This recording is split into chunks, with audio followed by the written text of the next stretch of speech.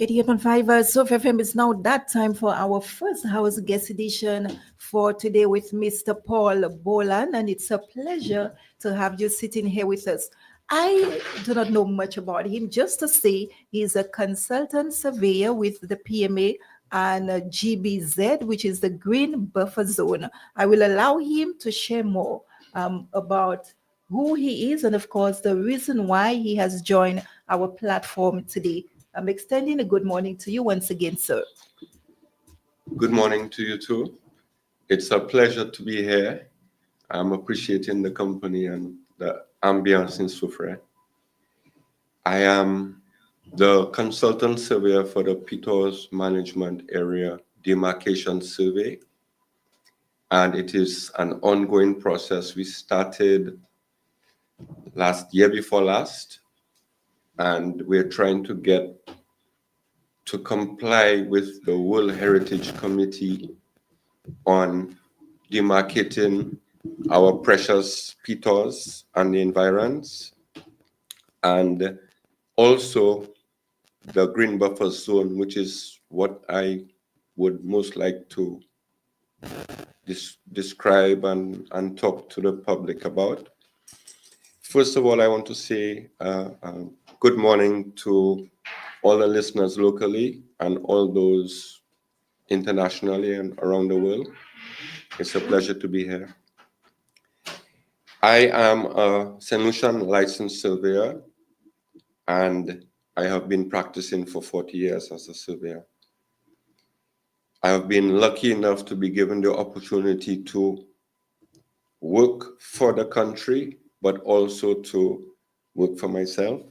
So it's a double blessing.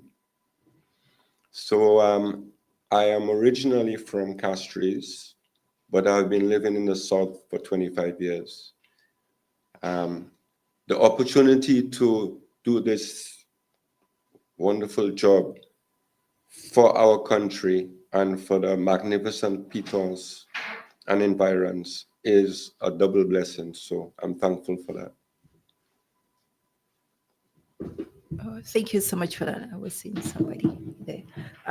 Can you briefly explain, your role in the demarcation of the Peters Management Area and the Green Buffer Zone? A lot of persons are not too familiar, and it can be a bit confusing when you hear Green Buffer Zone. You basically ask, what exactly does it mean?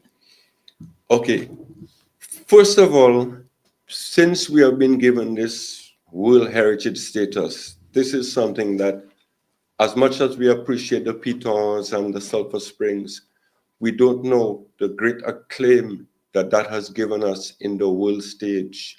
It is something that is a boost and honor, something that we should cherish as we cherish our pitons. So to be able to take care of that and to keep our outstanding views and our outstanding reputation for the beauty of the petals, we need to manage it. Just like, you have a botanical gardens and you have to cut the grass, you have to take care of things. So as part of that, we have been requested since 2002 to survey and mark out the area that we're going to try and protect and keep as pristine and natural as possible, because that's what the beauty is about. So my job is to create a map that we can put on our local map, and it can be referenced internationally, so people can say, oh my gosh, where the beautiful petals in St. Lucia? And then it can turn around and say, okay, well, this is it, and this is what we have marked the area of protection to be. So that is what my first job was to do, was to survey the boundaries of the PMA, which is the Peters Management Area. And then now there is a parallel or an area that is kind of protected as well, but it's also for us to look at a picture of the peter and we can see the backdrop of the mountains in the back that gives that kind of background scenery. And that is what the green buffer zone is supposed to protect. So I've finished doing the main surveying of the peat management area. So now I'm in the process of doing the green buffer zone. And that is the challenge. And that is what I wanted to talk to people in Surveyor and the general populace about. It is, we're not surveying to take somebody's land. We're not coming to change things in a dramatic way. Basically, the green buffer zone is to try and keep it as natural as possible. That's what we're doing. So in the opposite of what people think, oh my gosh, they're coming to come and take our land, build hotels, do this. No, we're trying to keep it as natural as possible. But it still has to be surveyed to be put on the map. And that's the job I'm doing. It's a bit of a challenge right now because trying to find the landowners, we need the cooperation of the public. We need the cooperation of the landowners because we're going to be coming there surveying through boundaries. We're trying not to be stepping on anybody's toes. We're trying not to cut down trees, try and make it as natural as possible. But we need the public help. We need the people in the area, maybe the farmers, maybe those that live in the area, although the green buffer zone is quite part of the country area and maybe forested areas. So it's not that we are going to change too many things, but we still want to get it right. We want to do the surveying where we pass along boundaries and make everybody happy that we have not infringed on anybody's rights. So the area in particular, I am trying to survey from Victoria, going up over the hill, passing between Beauséjour and Mali Motet, going all around Montbonian, coming back down into Fort Saint-Jacques, going up into Moka and coming out in Dewash or Decola. So that is the kind of path that I'm going in. We're trying to find people who are landowners, but our records from the land registry shows that many people are deceased, and trying to find their ancestors and heirs seems to be a bit of a challenge.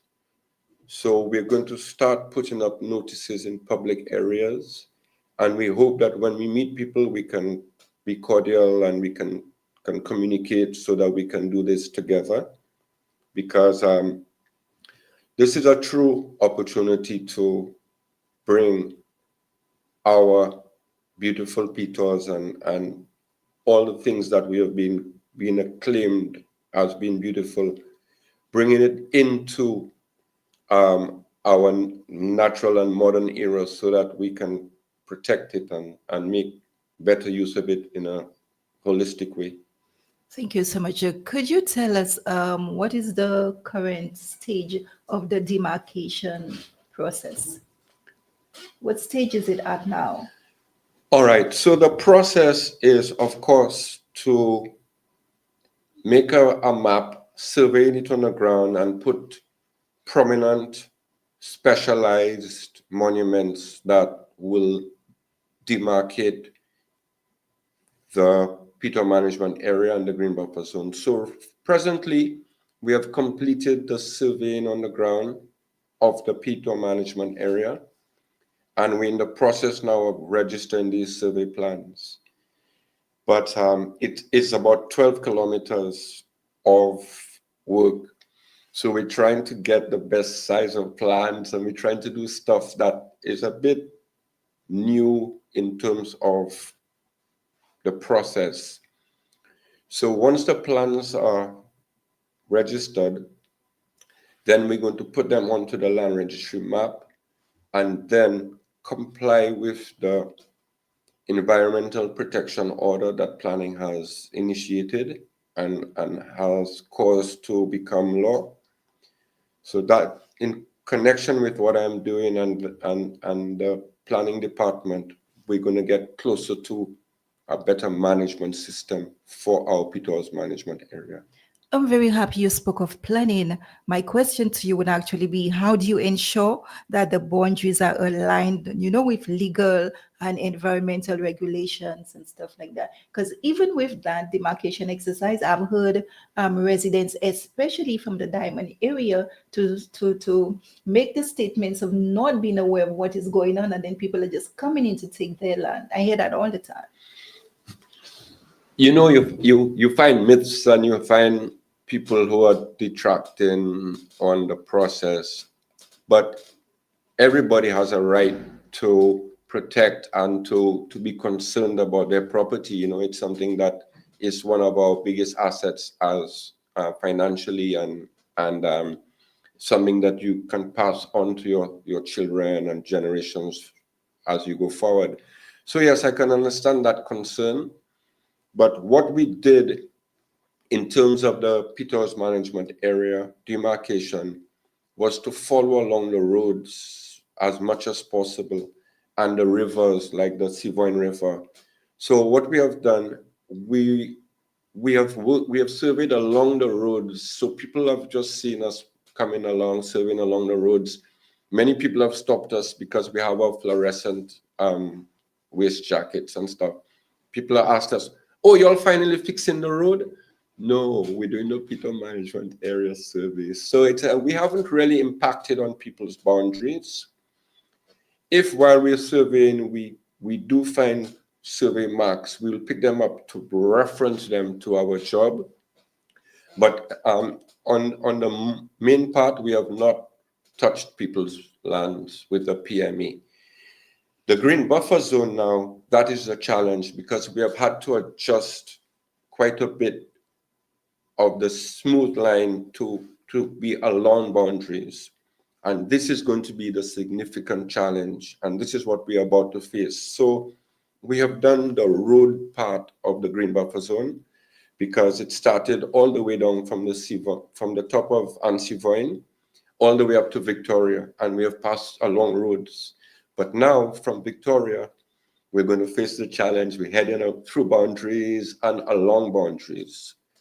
So in many areas, they have never been surveyed other than the land registration project, which was a general survey. It wasn't a very accurate survey. So now what we are doing, in effect, we are going to start the process along those boundaries for people to start and to have a proper survey.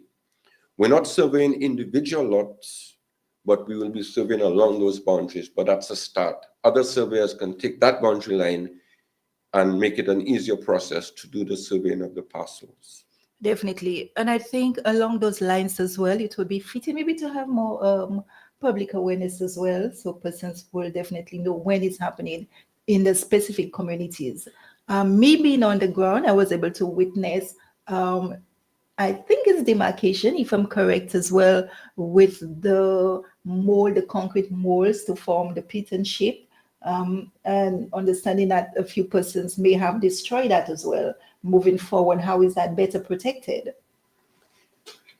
We haven't worked out more protection, and we are hoping that the public understands that these marks are for us as a nation. It's something that is intended to stay for generations, to know. Even sightseers to say, oh wow, oh, this is where the Peter management area runs along, or this is a boundary. Oh, look at a monument. Let me take a picture of it, but not to deface it or destroy it. We have had instances where we've had to replace about 3 monuments that were destroyed, and it's sad to know that there are citizens and St. Lucians who we would expect to love our country, but would not understand that this is part of us doing something for our nation as a whole. And you know, you get the other flip of the coin where people feel that, oh, the Peter management area is going to reduce on their rights as an owner or stop them from freedom of the way they're going to develop their land. But it has the other flip side where you're part of the Peters management area. That means just like St. Lucia is acclaimed with that designation, also the value of your land is going to increase. You're going to be part of something that is recognized worldwide. So there are benefits, and we want to look into a couple other things that gives you a little extra attention or an extra possibilities in terms of how you manage your property, assistance, things like that. This is what our intention is. So it's not just a negative, it's a positive. Okay. Building upon my curiosity, can you share how does the green buffer zone really support the conservation efforts of the PMA? It is so far to be defined in its written form, but it is right now, it's just our recognition that this area needs to be attended to in terms of protection and maybe directions in how people may cut the forest down, or how you put foundations on that slope, things like that, assistance so that you can keep the area as natural and as green as possible. The word green right now is a very popular thing, and conservation. So that is what its intention is for. Okay. With anything else, there are always risk factors as well. Maybe you could share with us, in terms of how you or what are the plans to mitigate such? But there is a list of planning ideas or guidelines that have been used for the peat management area in the areas that are buildable and in areas that they want to have a synergy between the natural environment and the building process. So similar to that, the green buffer zone will have that kind of assistance in terms of what you shouldn't do, and it's part of best practices. You don't want to build a foundation and it slides down the hill. You don't want to cut down too many trees in this green environment. So there is things that make natural sense, but it's also will help with our overall visual effect of the beautiful petals. In this regard, could you speak to us in terms of the community engagement, stakeholders, community residents?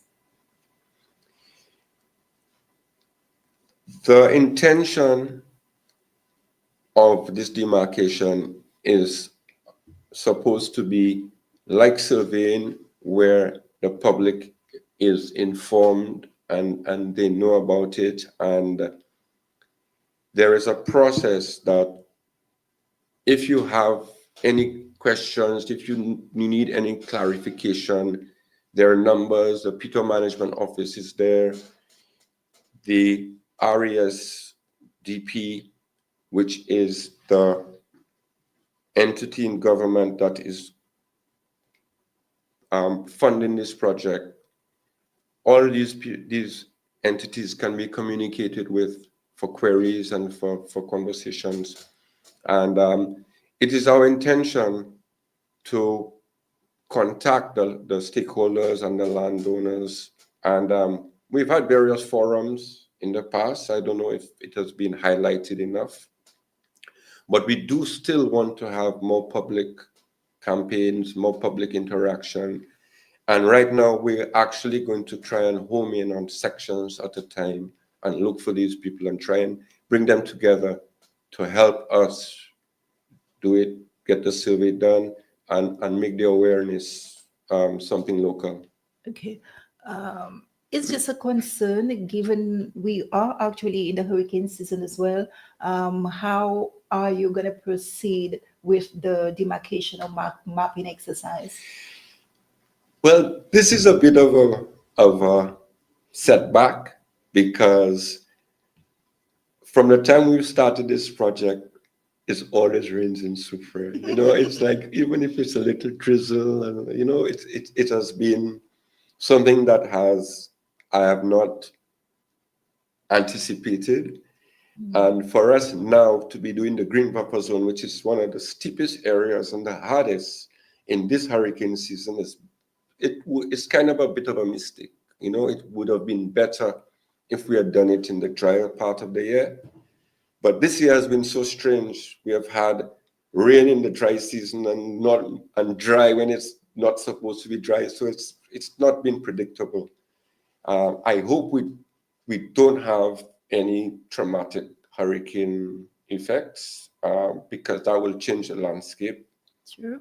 both for the green buffer zone and for the surveying process that I have to embark on. So I'm hoping for that. I'm keeping my fingers crossed and my prayers constant.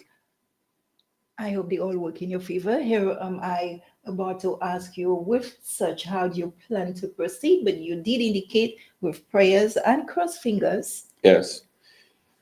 Well, as I said, we have looked at the entire remaining part of this project, and we have modeled it in 2 weeks so that we have a certain distance and we have a week for that.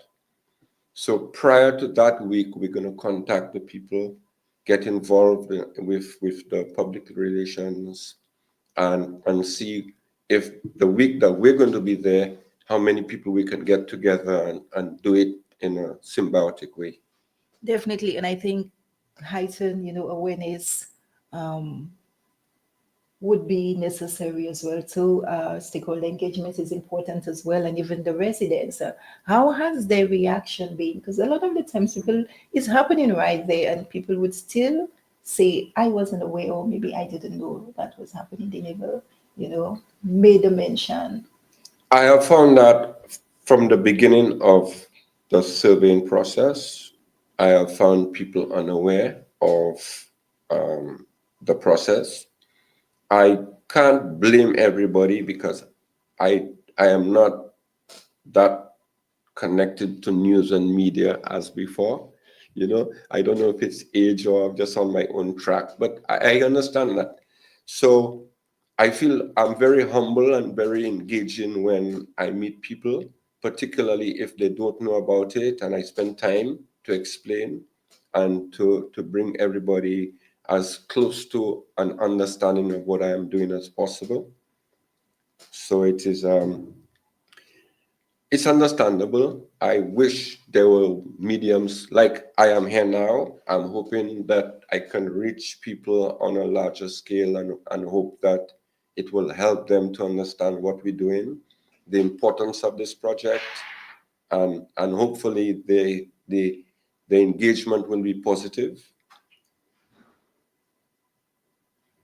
Uh, Thank you so much for that, Mr. Boland. I must again reiterate how glad I am to have you here. And it's not going to be the first time, given the seriousness, or if I should say, even the gravity of what is happening right there in this beautiful town of Sofre. Even with that being said as well, maybe you could take a little on today's observance, which is World Environment Day, in the little way possible.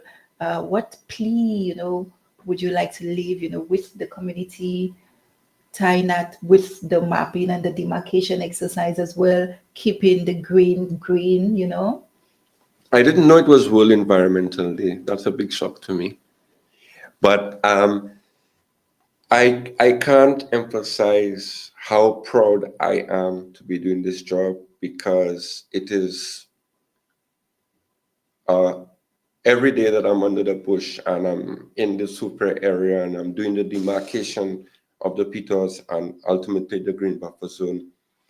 I feel it's a blessing. It's just amazing to be in the super environment, to see the petals from certain heights, like up in Zeno or Dewash, to see that and just feel like it sends me back millions of years to when they were formed, when you question that, and then you question the indigenous people that were there before us. So it's a real good feeling, and I hope more solutions can embrace the beauty that we have and the significance of this World Heritage status, and the fact that it's World Environmental Day, which I didn't know, is I think it's the right time, it's the right moment to be on the air talking about this, because our Peters and the Green Buffer Zone, their global fame is natural beauty. And that is what we're hoping to maintain. Thank you. On that note, what would be your final comments? I hope the people in the areas between Victoria, Montmonin, Fort Saint Jacques, Mocha, and going all the way up to Decola, who have heard what I've said can be prepared or not surprised when we come there. And if there are any people that want to come forward, the Peter Management Office in Soufrière Town is more than welcome to take your name to assist you, or to even get in contact with me and my crew, so that we can finish this project together and make sure that our World Heritage Site is protected. Thank you. Thank you so much. On that note, we have Donata Ditterville. Excellent work done by Mr. Boland. Congratulations to you, sir. Thank you very much. I appreciate that. This is where I say it's been immense pleasure. Thank you so much for being here on this platform, presenting that information to the listening audience. Much needed information, if I were to say as well. And we look forward to continuing the discourse, keeping everybody in the loop. Okay. Thank you so much. There's one last thing I would like to say to Mr. Turville. Happy birthday. Oh, happy birthday to you as well. Hope you have an enjoyable one. And it's a great day to celebrate World Environment Day. Isn't that something? Yes, that's great. Thank you so much. Let me just take the time to announce we have Waterways here waiting patiently. I'm getting the looks from her, and she's here to again speak to us. Something exciting is happening this afternoon. The launch of Flowing Clean, looking to restore the Surveyor River, aiming for sustainability and bringing back the culture we've lost from that whole Surveyor River. So this is happening this afternoon. And of course, if you're around, you can also be part of that at 3:40 at the Surveyor Primary School. I would look forward to that. So I want to say thank you so much for having me. It's been a pleasure.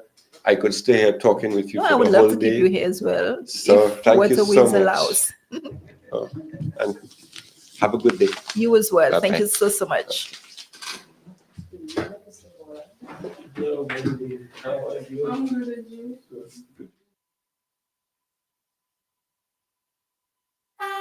It's the launch of Soufrière Carnival on Saturday, June 7th. Entertainment by Tennyson John and Renee. Enter the fun machine.